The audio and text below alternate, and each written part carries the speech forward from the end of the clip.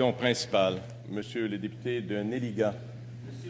La pénurie de main-d'œuvre au Québec est de plus en plus alarmante. En 2018, nous étions au 5e rang pour le nombre de postes à combler au Canada.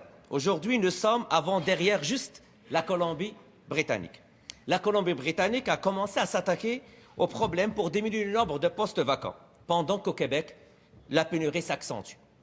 Je défie quiconque de marcher dans les rues sans voir partout au Québec apparaître « nous embauchons ». Même dans certains cas, c'est le commerce du coin qui ferme boutique, faute de personnel. Qu'est-ce que le ministre de l'Économie, Monsieur le Président, va faire pour réduire les problèmes de main-d'œuvre qui affectent plus que jamais notre économie québécoise? Monsieur le ministre de l'Emploi et de la Solidarité sociale. Merci, Monsieur le Président. Je rappelle simplement à mon collègue qu'en 2005, en 2006, en 2007, des économistes, des gens d'affaires nous disaient « la population vieillit de plus en plus, ça va éventuellement freiner notre économie ».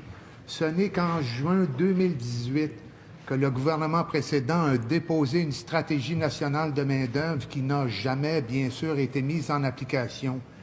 Nous avons été extrêmement préoccupés par cet enjeu qui freine nos entreprises dans leur développement. On a un plan d'action sur la main-d'œuvre qui interpelle l'ensemble des partenaires du marché du travail, intégration des bassins de main-d'œuvre sous-représentés, adaptation, formation, augmentation de la productivité. Il faut travailler mieux au Québec. On a un plan d'action, on a des mesures. J'inviterai mon collègue à aller sur le site web de mon ministère et de peser. Il va avoir toutes les informations pertinentes à la lutte à la rareté de main-d'œuvre. Merci, Monsieur le Président. Première complémentaire, Monsieur le député. Monsieur le Président, je connais par cœur le site et je peux même lui répondre que même son plan ne prévoit même pas l'atteinte de l'équilibre en 2021. C'est ça la réalité, Monsieur le Président.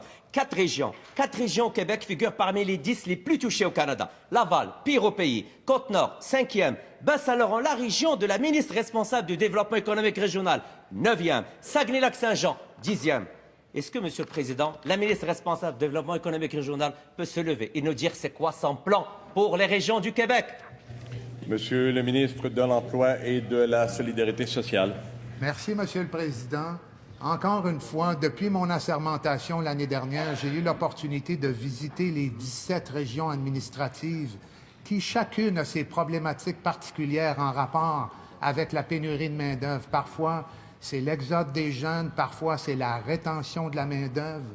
On a un plan d'action, il y a un conseil régional des partenaires du marché du travail dans chacune de ces régions-là. On a un plan d'action, on a des mesures pour recruter des travailleurs étrangers temporaires, ramener au travail des travailleurs expérimentés, des travailleurs en situation de handicap, des jeunes. On a un plan qui est global. Merci, Monsieur le Président.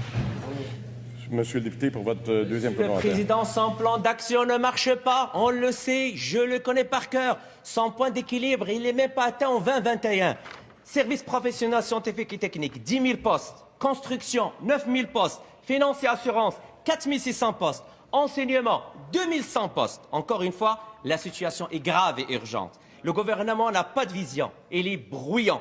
Y a-t-il quelqu'un dans ce gouvernement, Monsieur le Président, qui entend agir avec un plan? Le Québec a perdu une année. Monsieur le ministre de l'Emploi et de la Solidarité sociale, s'il vous plaît, aucun commentaire. La parole n'appartient qu'au ministre. Nous avions déjà perdu 15 ans avec le gouvernement précédent. On est en action. Notre plan est effectif. Il y a quand même une vitalité économique au Québec. On a créé au-delà de 110 000 postes à valeur ajoutée dans la dernière année simplement. Nos mesures, notre plan d'action donnent des résultats. Nos crédits d'impôt pour les travailleurs expérimentés ont des effets extrêmement positifs.